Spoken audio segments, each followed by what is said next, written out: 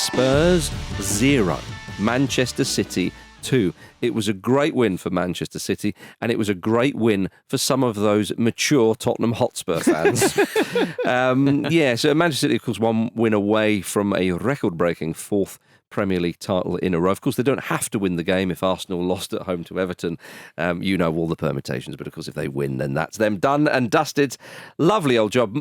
Micah Richards said in punditry last night with regards to Man City, on the brink of winning that 4th Premier League title in a row, which is an incredible achievement. All jokes aside, but he was going, it's just madness. I don't know how they do. It's just madness. And I was like, I mean, there are. Yeah, certain things. A lot of factors, aren't there? A lot of inputs. Is it that surprising? Yeah, but it would be an incredible achievement. All joking aside. So yes, what did you make of the game, Luke Moore? I'd like to get your thoughts. I thought it was a really strange evening's entertainment. Yes, but I liked it. Yeah, I thought more. Quite nervy, wasn't it? Much like a Ramble live show. There should be more chaos. In other Premier League games. It was just such a weird affair because it's not very often you're reading on. I'm not going to say a respectable news outlet because it was the Telegraph, but you're reading on a news outlet like some Spurs fans selling their tickets to Arsenal fans to cheer on Spurs against Man. It's all very, very strange. And the whole build-up with Ange Postecoglou beforehand, where he went from confused to perplexed to very, very angry about the whole situation. And then I felt like Spurs started the game really well, but their problem is they're only good between the penalty areas. There's no point being a good team between the penalty areas, as we all know. It is most of the pitch, though. It's most of the pitch, but it's the least important part of the pitch. Yeah. They're an 80% team. Yeah. They're just the wrong percents. It's like saying that the Midwest is a massive part of the US. It is, but it's not that important. Really? Compared to the coasts. Isn't St. Louis up that way? North Midwest. Quick Google. I've just realised they're coming. So St. Louis is the exception that proves the rule. Illinois, but I did. Jewel. Missouri. It's famously nowhere near Illinois. Oh. But nowhere near. I should say that I thought Spurs started the game actually pretty well, but they just trying to lack the conviction. They really lack the conviction in the same way they lacked the conviction against Arsenal, where they of course found themselves 3-0 down at home, having not really done that much wrong. But it's not a coincidence, is it? Do you think that some of the Spurs fans that wanted to lose against Manchester City, did they want to lose against Arsenal as well? I don't think so. It's just a thing. I was at that game and I don't think that was the case. Well, but I would say this, that you could certainly, I wasn't at the game last night, but you could certainly hear almost a collective relief when Haaland scored the opening goal, and the atmosphere seemed to change when they were losing. It was very strange. I think Ange Postecoglou is getting upset in the same way that Scottish fans get upset about the sideshow that is the Premier League. And I think Ange is dealing with and getting quite fatigued by people talking to him about the same thing over and over again. Yeah, he said that, didn't he? He said at the start of the week, I thought it was like people having a bit of fun. He used the word banter because he's famously Australian, and then he said it just got more and more confusing. And then to the point when before the game on the broadcast last night, when Kelly Cates was interviewing him, the managers come out beforehand. I actually quite like that development. Yeah, I do. He was saying, I just don't understand why I keep getting asked this. I mean, do you honestly think, as a team of professional players, the fans can do what they want, but this is our profession. And something to play for as well. Even if you wanted to be churlish about it, and they were, they couldn't move up or down in the league, you've still got that professional integrity. And he got more and more angry as the evening went on. Well, he reminded everybody. He was like, I used to be Celtic manager. Yeah. I'm aware of what rivalries are, you hillocks. Do you know what I mean? Crying out loud. And I did feel for Ange a bit, actually. And the press conference after the match, where he was furious. I mean, even in the post-match interview on Sky Sports, they'll break him. The Premier League will break him. Well, that is a really interesting point from Pete there, because I think the one thing that Ange didn't realise when he came to the Premier League was that obviously it's talked up as the biggest league in the world, blah blah blah. It is not necessarily a serious league, and I mean that in terms of, if you look at the amount of nonsense that he's had put to him, which is kind of part and parcel of like being in an industry where there's a day-to-day kind of yearning and need for content type thing. So when he's asked about podcasts in his first few press conferences, and then a week later someone else asked him about podcasts, and he's like, "Why are you asking me this again?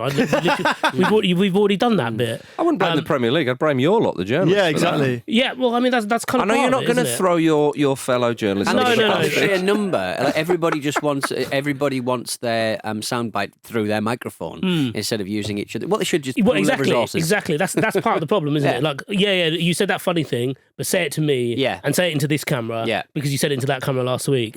And I think this is the tip of the iceberg, because you're right. What Luke said, like, let the fans do what they want. You know, they have their, they're in their own WhatsApp groups. They're at work. They're interacting with opposition fans, rival fans.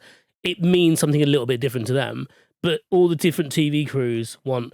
Oh, yeah, but say it to us. Get angry to us. I actually just sort of look at it a bit differently. I think he's taken this in isolation. I think all that nonsense that you're talking about, which obviously does exist, I think he's actually dealt with it largely. I think this is a different thing. This made him say in that press conference, the last 48 hours to me have revealed the foundations of what we're building, which are pretty fragile. That is a massive statement, and one which is quite damning to Tottenham Hotspur Football Club. He's talking about what the fans have been saying, all that bollocks about what journalists say and all that kind of stuff. You're right to highlight that, and obviously perhaps, he is maybe fatigued. I totally get that, but this is very much in the context of his own fans saying, we'd rather lose this game of football. But the anger comes from a cumulative effect of all of that. But you're right, it is an independent thing for this particular match and this particular situation. But he's right. Like, he is absolutely right. I think Luke, your mate's phrase about them needing an exorcist, you've got a guy there who's like willing to be the priest, haven't you? That's Big Pav. He was on the WhatsApp last night, pissed off. Right, there you go, yeah. But he's right, like, because he came in. And we'll keep a couple of the demons, is what they're saying. But he came in and he knew Tottenham were low, so he was like, right, we'll build them back up. And in Australia they have this thing called tall poppy syndrome, where it's whenever they think someone gets too big for their boots, they chop them down, essentially. Right. And it's a common phrase in Australia, or, it's a well-known phrase in Australia, but people hate it. People hate the act of, they hate tall poppy syndrome. They don't think it's productive for anything. And he's come in and he's basically had to do the reverse. It's like, why are we this small fry, essentially, that we're wanting to lose this kind of game? I mean, I understand it a little bit from the fans' point of view. We can't be completely blinded by that. Course, and I get the fact that if Spurs had won that game, and then obviously Arsenal, you'd fancy them, of course, to beat Everton anyway, but especially in those circumstances, and Arsenal win the league, forever and a day, Arsenal fans will remind Spurs of that. So I get it from the fans, but do we really need that? However, from Postecoglou's point of view, and the players and a lot of other people, it's kind of like, no, you've still got something to play for. And as I say, you've still got that professional integrity. So if you're a fan and you're thinking, well, we've lost to Manchester City, and you're walking home going, well, at the end of the day, I'm not too unhappy because it'll stop them winning the league. I get that. But this vocal support of the opposition almost, or this... This is a nation-state backed opposition. Yeah, well, it's more destructive of the Premier League and football in general. I'd maybe get if it was the Leicester City go for another top. I found it interesting on that note, and we'll come to the game, I'm sure, in a second. But I found it interesting that, I think it was Charlie Eccleshare on The Athletic was saying, what's really interesting about this whole thing is that people are just so indifferent to Man City. Like he said that when Man United were really dominant in the 90s, and when Liverpool were dominant before that, there was almost like this kind of begrudging respect, but also hatred for them because they kept winning all the time. But I think of that of the generation and the people you're talking about is lots of people then became Man United fans, and there was a lot of that, especially in the south of England, and people were just getting like, this is really, you're just total out and out glory hunters. Whereas Man City, we haven't really seen that in our generation. But I think it's also because Man City are about to achieve something that's never been achieved before, which, by the way, isn't done yet, even though Sky Sports were talking about like it is. I do agree. I know, I can't get that. But which is disrespectful to David Moyes. Exactly, for one. But my point is that Man City are about to deliver a period of unprecedented dominance that wasn't even achieved by Ferguson and Man United, and people generally don't care. Yeah.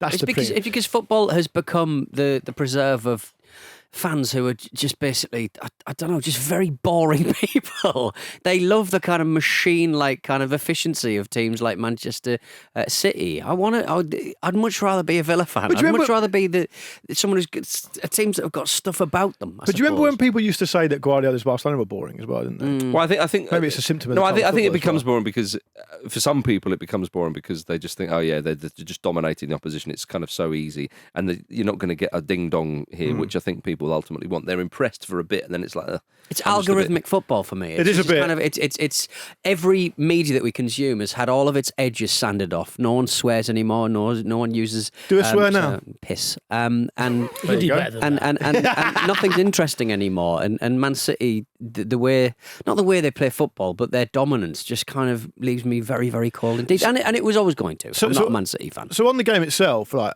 I do think there's an element here with when you frame it with Spurs that they've got a new manager come in playing a completely different type of football, and quite a few new players that have come in, a good proportion of which are playing in the Premier League for the first time. So in the grand scheme of things, it's part of a process. I think, Marcus, you were saying a few weeks ago, if Spurs finish fifth, which they are going to finish now, that's probably about right for what they've done. And they've signed well, haven't they? They've completely reinvented. Well, unless the they team. really bugger it up against Sheffield United, which but generally speaking, Newcastle win both games. Yeah, they'll probably almost certainly finish fifth. And you were saying that's roughly commensurate with what you'd expect at this point, right? But at the same time, I do think it's quite frustrating to watch, particularly in the light of what we saw last night, given that the one thing that seems to have been forgotten about, not by you guys because you've already mentioned it, is that Spurs still had a really good chance of finishing in the top four. A chance. It was okay. It depends when you take the point of when you say that. Now, no chance. Last night, a chance. Yep. 6 weeks ago, a massive chance. Sure, but I think we're talking about in the context of this game. They've lost 5 of their last 6. If they had won those 5, they'd be. I think they had a chance to overtake Liverpool. Even they'd be 1 point behind Liverpool with a game left. Yeah. So it's been a disastrous end to their campaign. It has, yeah. And last night, I just thought they did what they have done consistently in the last number of weeks, which when I've seen them play, a huge lack of conviction. Good between the boxes, terrible inside both boxes, and against a team like Man City, ultimately, there was just something inevitable about it. There was even something really lacking in conviction when Son went through. Well, I was about to say, and that's 1-0 at that point, and it's an amazing chance. When he ran through, and honestly, you can imagine Arsenal fans around the place like looking at that, going, "Bloody hell!" There's a chance here. And when he hit it like that, you're right. I thought, yeah, that sums him up. But would you not? Everyone went way over the top about Stefan Ortega as well. Like he did well when he came on. He did well when he came on, but there's doing well when you come on, and there's being awarded man of the match, being told that the save you've just made from Son, which by the way was an appalling finish, as just one Man City the title. You could see him. What it was an absolutely extraordinarily bad finish. If you look at it from behind Son, and it's easier said than done. He's got someone breathing down his neck. It's a Premier League. It's a tough level. He's not going to have an awful lot of time to think about it. He is a world-class player on his day. If you look at the angle from behind him, there's about a yard to the right of the keeper. The keeper goes way early. He's going at speed, and 9 times out of 10 that goes under the keeper's legs. But the keeper just went earlier, so I think it was a really important save. It was a good save, but what I'm saying is, I feel like sometimes... It wasn't Emi Martinez last minute of the World Cup That's final. exactly what I was thinking of, yeah. It wasn't even Vicario's down the other end in the same game. I think perhaps we're looking at we're focusing on the wrong thing. The fact of the matter is, when all's said and done, Ortega's come on, played well. He's done exactly what was needed, and that was a very, very important save. I think you should focus on Son maybe rather than. Well, you're not focusing on Ortega. You're focusing on the comments made about him. To be fair, I think 9 times out of 10, Son finishes that. I don't happen to think it was that bad of attempted finish personally. I think, but it's indicative of Spurs, as Luke was saying in recent weeks, and it's been a dreadful end to the season. There's no two ways about that, and perhaps with this, with them having a Champions League spot up for grabs and letting it slip through their fingers, to then keep alive in that race, for them to turn around and say, actually, I wouldn't mind losing this. I think Postecoglou, he just can't deal with that. And for the type of guy he is, who's had great success in his career, he's just thinking, what on earth? I think there's a lot of recency bias how Spurs' season has panned out, because I think it has been a wholly positive season. I think they've bought well. If they continue to kind of get rid of a little bit of deadwood and re-sign that level of player that we got, like Evan Devensa, he's been incredible this season, apart from one very specific match where he decided to do some dancing around, as you said on Friday. Alexander Isak basically rearranged his entire brain for like an afternoon. It's wild. Alexander will do that to people. He will. Also, bear in mind, they did lose Kane during this season. I know it was obviously at the very start, but it's not like they could replace I think that's quite... And no one's talking about it, really, are they? Yeah, because it was inevitable from the start of the summer. I think as a whole, it's been a positive season, as Pete says, but it's just... You know, I it's like 'em. Yes, but if something I just ends don't badly, like to see Ange. I just don't like to see Ange upset. But maybe this season ends at a good time for them. I know they lost four on the trot. Like it's not been a great end, but I think No, they've lost 5 of their last 6. They went Right. behind against Burnley, but last game, but they beat them. Right. well, look, I think Charlie Eccleshare said if you were to flip this, the halves of the season essentially, then there'd be a serious conversation, not too dissimilar to the one had about Nuno, that eventually led to his downfall, about whether Angie should keep the post beyond those first 2-3 months. Yeah, so Nuno really struggled, and then Spurs basically took a decision early on, didn't they? Yeah. Well, look, let's turn our attention to Manchester City, because when all was said and done, they got the job done. yes. 2-0 victory, and that man Haaland got both goals, of course. We did see Pep Guardiola at his very best on the touchline. He was caught scratching his bollocks.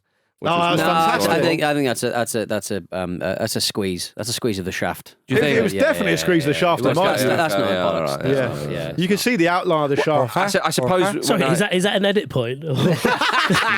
No, I suppose when I said a scratch, I'm just thinking. I'd imagine there was an itch, and sometimes a Could squeeze. be both. Could be both. Couldn't But do it that. wasn't. I think it's just a. Was he? Is that how he changes gear? Are they go up a bit? No, he changed Man City's tactics. Yeah, exactly. Oh, they just flipped to 4-3-3. Yeah. Whoever's on that wing's got to keep when glancing. you get, I think, Right, he's pulled it. I think when you Is he get, cheating? It's like the priest in Father Ted. I think when you get a penis reconstructed or constructed, if you don't have one before, Okay. I think to make it hard, I think you have like an pump.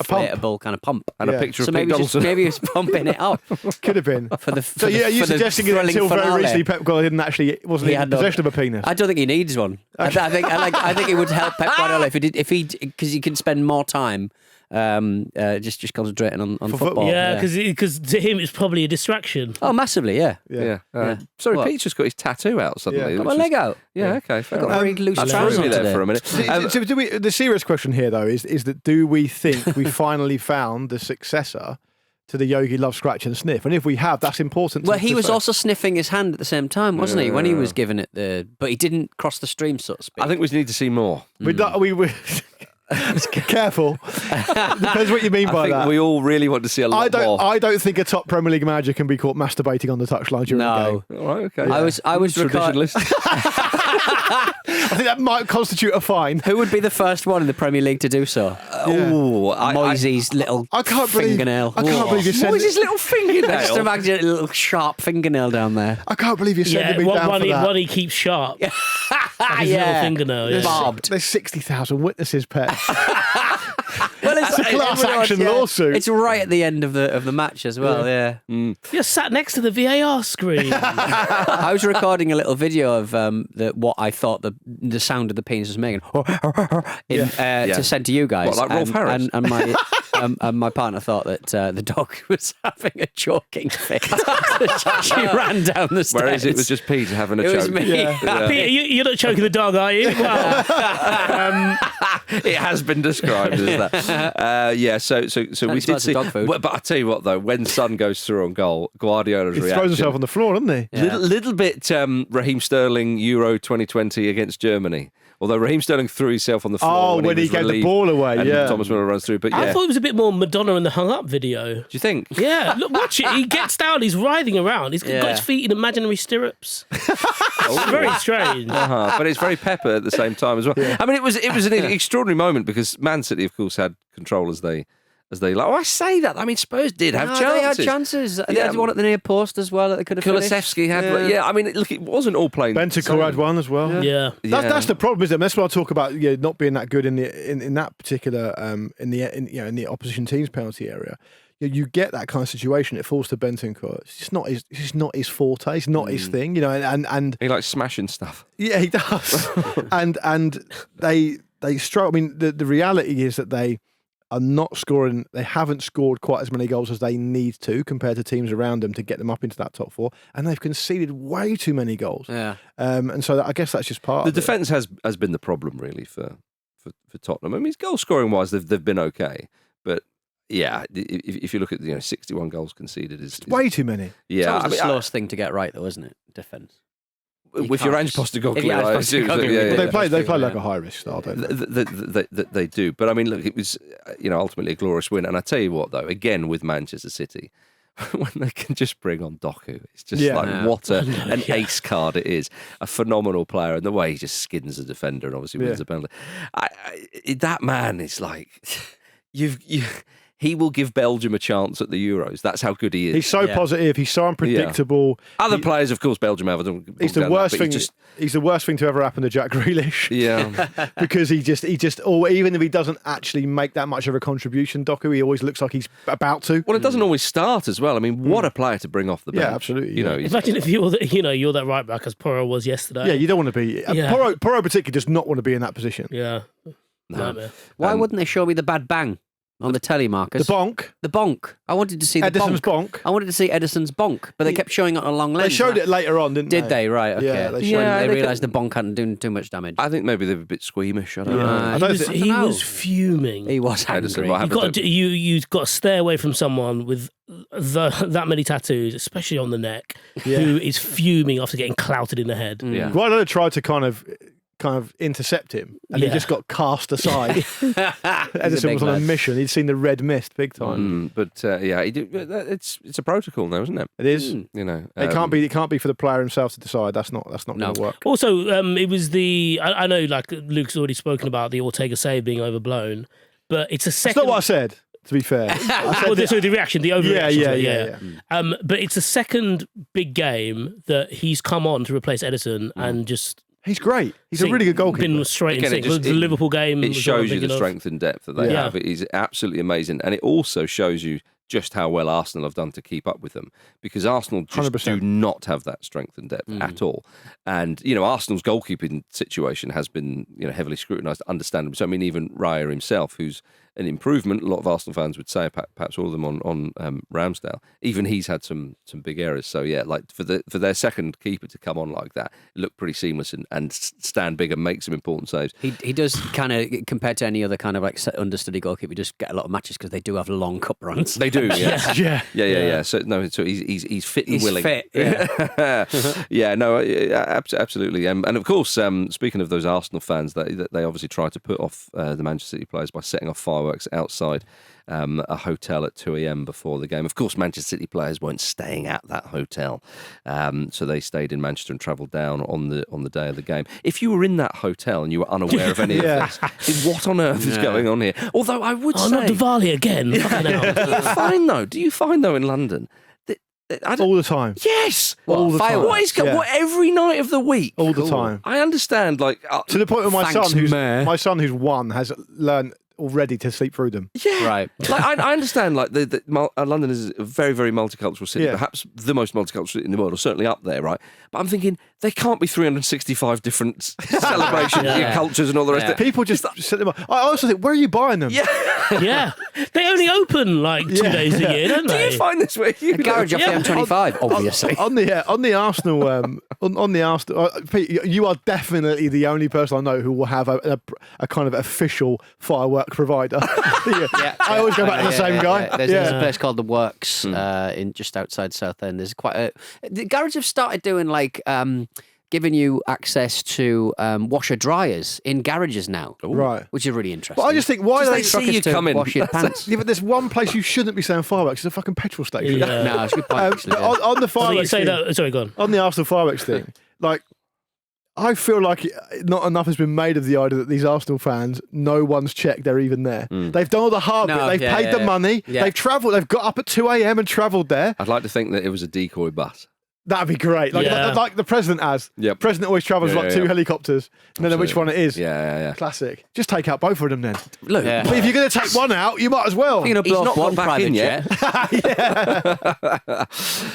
But yes, Manchester City. All they need to do is beat West Ham. But we're not going to officially crown them on this show like they were doing on No. Sky last night. 'Cause I don't think that's right. I said all they need to do. No, I'm not having a go at you. I'm saying Have they ever nearly? Well, have what they is ever the route- fluffed their lines on the final day before? What- Nearly. Yeah, exactly. So what is But the not- route? What is the route to victory for David Moyes' West Ham? Do the West Ham squad? Well, you got want to keep it this tight at the enough back. for him? You got to take your chances. Right. He's already said this week, David Moyes, that we would struggle to beat their under 14. Yeah. When Moyes He's said on that, the beach. Yeah. He shouldn't be there. His skin's not good for it. I did I did wonder whether Moyes will even turn up to the Etihad. I'm done. They gave me such a lovely send-off. I won my last game as... imagine if he just quit. But no, you're right, Luke. When It's like Kudus cost 43 million. Yeah, I know. And you're saying that he can't beat an under-14s team. But those comments from He literally Moyes... tried to get one of your players last season. This is the reason, David. You didn't get another contract. His professionalism kicked in just that little bit too late. Yeah. We're struggling to beat their under-14s. Boom, and then it came in. But, we will try and all that. It's like, but it sounds like you've just... yeah, I mean, look, as I say... Bad news for West Ham is, of course, that Calvin Phillips can't play against his parent club. So Well, definitely win then. That might move the dial somewhat. True enough. But, I think... the straws that will be clutched at are the fact that against QPR, obviously we remember what happened there. Nearly threw it away against Aston Villa, made heavy work of it.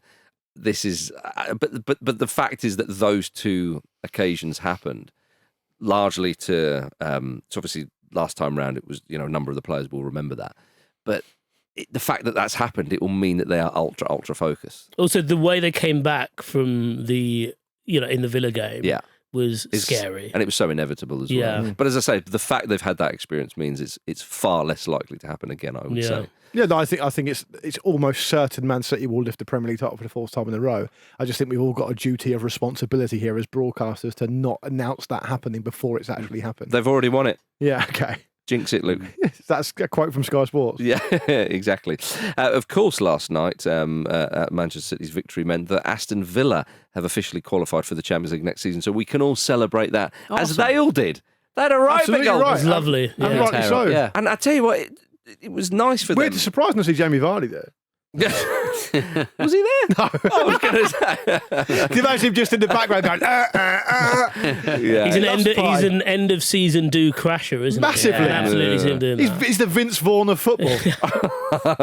Emi Martinez was in the thick of it, spraying champagne over everybody. I remember thinking, look, it's pleasing to get in top four. I know it's a massive thing, but you don't get a trophy, Emmy.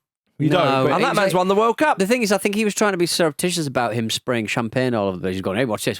But he's too big. He's a goalkeeper crying out loud. If he's got a bottle of champagne, you know exactly what's going to happen with it. Yeah, exactly. He's going to get sprayed over people. Or he's going to fuck it. Or he's going to fuck it. Pop it up his bum. Yeah, pop it right up there. It's Aston Villa's best finish in the league since 1996. Incredible. It's amazing. And it should exactly be the blueprint that teams like Spurs should be going for. But it was their end of season awards dinner. Yeah. Which I loved how they... great timing. It's brilliant. They've Yeah. done that Great so timing. well. Yeah. Emery looked so happy. Yeah, so happy. So happy. So that's lovely. Well done, them. Yeah. Speaking of nice stories, before we go for a break, you see that Neil Warnock is returning to football with Torquay United. Yeah, so it seems like the most unofficial I live round the corner job that's ever been given in the sport. Redknapp Bournemouth? The second most convenient job that's ever been given in the sport. Yeah. Yeah, the club released a video of old Neil sat in the rain on the seafront in a deck chair to announce the news. But it was just gloriously Neil Warnock. I like the fish and chips, me, and so on. But well done, Torquay. You've got yourself a footballing...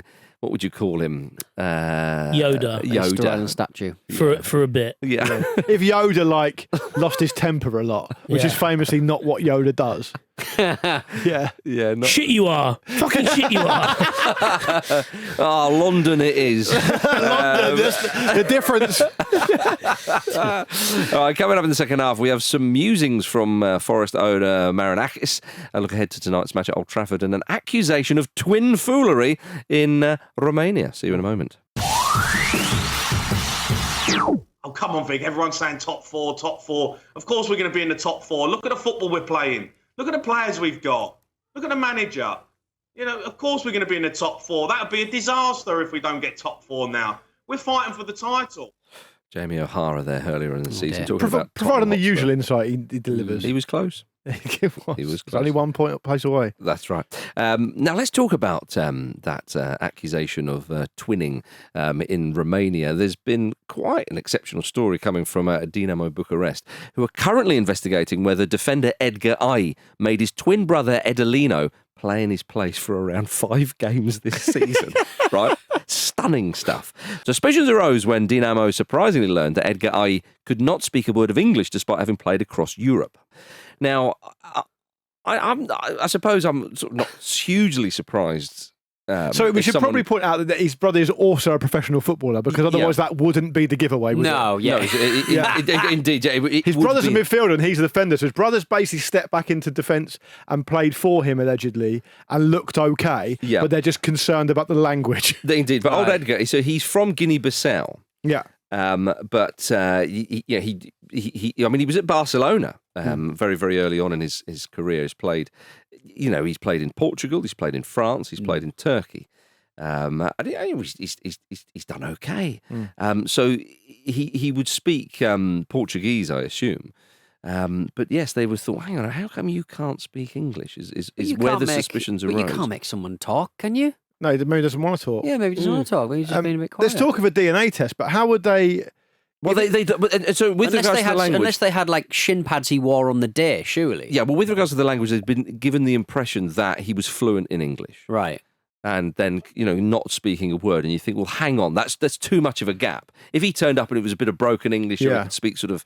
But I don't know how the DNA test is going to help, because No. twins have got famously similar, very, very similar DNA. Well, they Same have to be- genomes, but they don't have the same DNA, do they? Well, I think someone from the Football Federation in Romania was quite stumped by this and went, we just don't have a protocol. And they said if... I mean, you could have a points it's deduction. very rare. I don't think it should be codified into any kind of rules change. Because, Well, no, but it good depends. God. Well, the reason why it could be is because, as this source official was saying, is that if it's an ineligible player, that's a heavy fine. Yeah. You can't do that. Could be a points deduction. However, he did go on to say, but if Dinamo Bucharest have been hoodwinked, and then it's like, can you really give them a point? Well, what's made it really complicated, which hasn't been mentioned in the story, is the fact that the twins, what the reason the Romanian Football Federation are really perplexed, and Dinamo Bucharest are as well, is because the twins, one of them can only tell the truth and the other one can only lie. Yeah. So it's been a bit of a logic puzzle trying to work out actually what's going on. So you got to go to the one who lies, or one of them. It says, are you telling the truth? Yeah, no, which one? What if I asked this guy that question, Yeah. the other guy that question, what would he say? Yeah. And then whatever he says is him. Yeah, that's Right. to get around it. That's how yeah. you do it. Easy. But they need them both in the same room, and if they are in the same room, then You they've already... cannot take the fox and the chicken together. True, but if Been they're- through Bloodbath. but if they are together, then the investigation stops because it's been solved. Yeah. Yeah. Yes. Do you not think that they need to investigate the other team, like his twins team?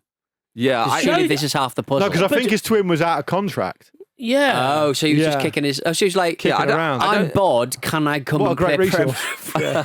Premier League Romanian football? Please? yeah. I think that's if you could get away with it. We're about to find out if they do. But that's quite a cool thing to do with your twin, isn't it? Do you know what I would do straight away if they got busted for it? Is I would make his twin brother play again, because at least they expect. They think there's no way he's going to take the piss again. Yeah. Straight in there. Yeah. Do it again. There's a last and they'll look. Or really dramatic, a third brother enters the scene. That'd be Yeah. nice. And it's Danny DeVito. Yeah. and he comes down the aisle like Vince McMahon in the WWE. Yeah. Yeah, but do you know what would be a good Danny idea? DeVito. Lovely to hear his name. Yeah. What would be an idea that if Dinamo Bucharest, they did find that there was a twin, but you could sign both of them. Yeah. And if one of them got sent off in a game, make a substitution and bring them, and you just perplex the referee. Like those marathon runners. Well, what I'm saying is different. I'm just saying in terms of perplexing the referee. You'd be like, have I sent him off? And I'm going mad. Could be a loophole. Exactly. The marathon runners, there was identical twins. They were both, to be fair to them, excellent marathon runners. Right. And one of them would run the first half. And they would then- swap over. Right. And the only way they got caught is because they had slightly different fitness watches on. Right. And the whole thing unravelled from there. Yeah. But they were breaking records and all sorts. Really? So it has happened. Well, how can you, is nobody watching certain parts of the marathon track? I think it would have been on marathons that weren't televised. There's and a big long Right. tunnel you go under. It's 26 miles. I ain't covering all that. Right. Yeah, there I was are- like in a big trench coat. He came out of that tunnel very quickly. There are a lot of obviously depending on the scale of the marathon, but there are a lot of little blind spots that people Right. Yeah. Okay. work out. Sadly, Wow. it did turn out that one of them was Danny DeVito. And yeah. Legs. Pretty easy to spot. And one of them had got on a scooter for a couple of miles of it. Yeah. Incredible, really. Well, Good luck to him, though. Yeah, absolutely. I say, look, I wish the club no ill will, but I also respect the scheme. Yeah. I respect the caper. It's up there where Charles and Zogby are getting his friend to do his driving test for him. Oh, Mark Morrison getting someone to do community service. for him. Correct. Yeah. Back in the day, Correct, yeah. famously. He's back now. I'm getting Instagram adverts from Yeah. Mark Morrison. Is he? What's he up to? Leicester's more of the finest. same. More of the same. Yeah. Big cuts. Yeah. Not in Yeah. the summer. Not in the summer, for crying out loud. So let's move on from all that nonsense to something a little bit more sane. Evangelos Marinakis has done an exclusive press interview, where he carried on his feud with Gary Neville. Again, Alien versus Predator. Whoever wins, we lose. I thought you were going to say Evangelos Marinakis has got a twin brother and he's less of a cunt. Turns out not. We're definitely going to need a DNA test. He's less of a cunt. Yeah. Marinakis is still unhappy with Gary Neville when he, not that long ago, accused Forest of acting like a mafia boss for their tweet about Pugmol earlier on in the season. Which they absolutely were, by the way. I mean, he's going to be unhappy with you. I don't care. Gary Neville, I don't agree with Gary Neville on everything. No. But on this, he was absolutely spot on. I mean, it was completely inappropriate what Forest did. Well, Marinakis said, with regards to that tweet, we made this announcement because we tried to protect ourselves. And then there was a big fuss, but that was made from Sky Sports and specific guys. I can bring you 100 examples of times they exaggerate. He obviously didn't. They exaggerated. They didn't tell the truth, and they humiliated people. I need to be careful. He's just suddenly. That's the penny's drop. Yeah. The horse has already bolted because our lawyers have already been in contact with Sky regarding Neville, and this is not over yet. I think someone of his means and his success and his power, Marinakis. Mm-hmm. He won't be the first person of this type to not quite understand the concept around people having opinions that you don't quite agree with. That's right. And if you don't want to be a part of like an open, free, democratic society where people say what they think, piss off. That's on you. Yeah. While I'm absolutely confident there'll be plenty of law firms out there happy to take his money, I'm not quite sure the case will go too far. Yeah. What did you think of the photo of Marinakis in that interview? It was Peter? amazing, wasn't it? You're a man with tattoos. He's got one as well. He's got one on his left forearm that says "Dream, love, create, fight, survive, win."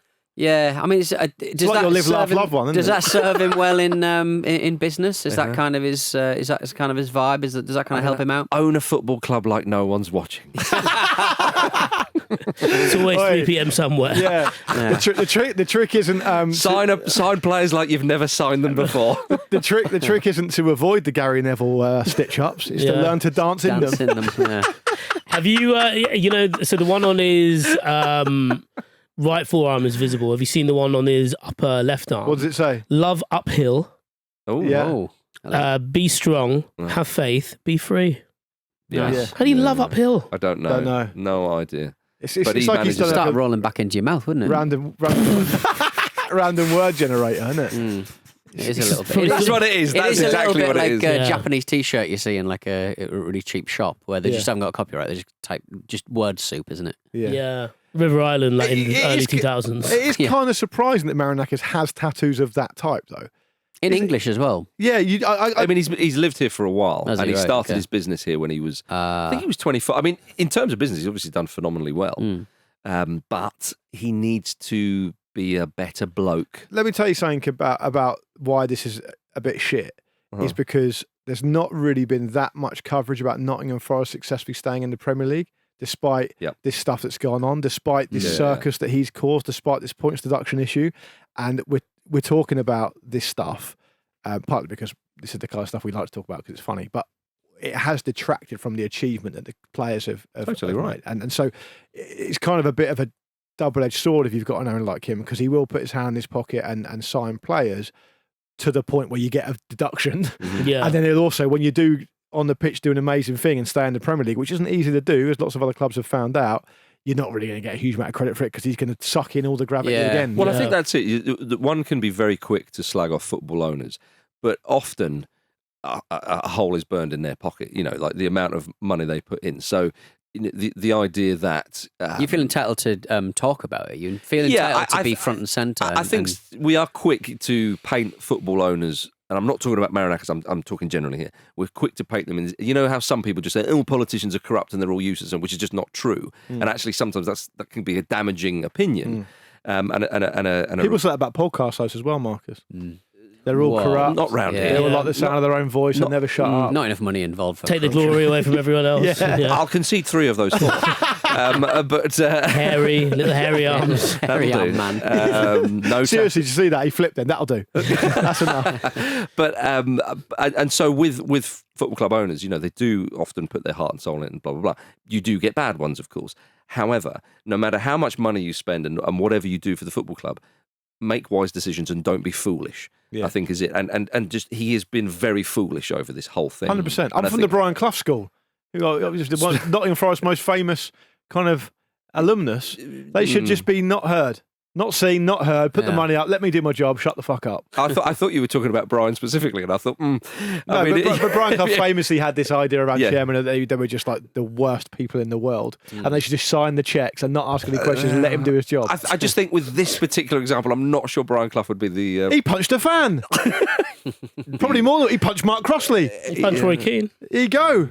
Questionable with regards to finances as well, but I think, again, perhaps not the person that I would have used to kind of. Well, he's just a Forest legend, Yeah. and he's a great example of someone who had, in my view, the attitude towards the chairman quite right, which is that In terms of the press, yes, maybe. But football owners these days are getting involved because the Premier League is seen as an absolute kind of money pit, right? Yeah. And if you can take a club from the lower league into the Premier League, you're effectively going to secure a huge return on your investment. It's not the same as when they used to kind of. Because I actually agree with you broadly. Back in the day, there would be local businessmen. They'd love the club. They wanted to see it do well. They'd rescue clubs a lot of the time, and they'd gone to the wall. But Marinakis is obviously into it. I mean, he's there at City Ground. He is a lot. obviously into it, but he's into a lot of clubs, isn't he?